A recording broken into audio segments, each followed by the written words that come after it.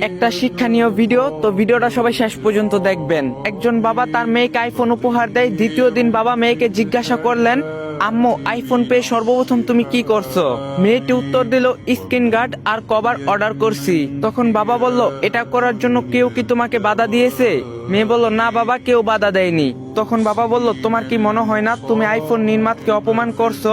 মেয়ে বলল, না বাবা, আইফোন নির্মাতা স্বয়ং স্ক্রিন গার্ড ও কভার লাগানোর উপদেশ দিয়েছেন। বাবা বলল, তাহলে তো আইফোন অনেক খারাপ দেখাবে, তবুও তুমি এটার জন্য কভার কিনছো? মেয়ে বলল, না বাবা, বরং খারাপ না হওয়ার জন্য কভার অর্ডার করছি। বাবা বলল, কভার লাগালে সৌন্দর্য কমে যাবে না?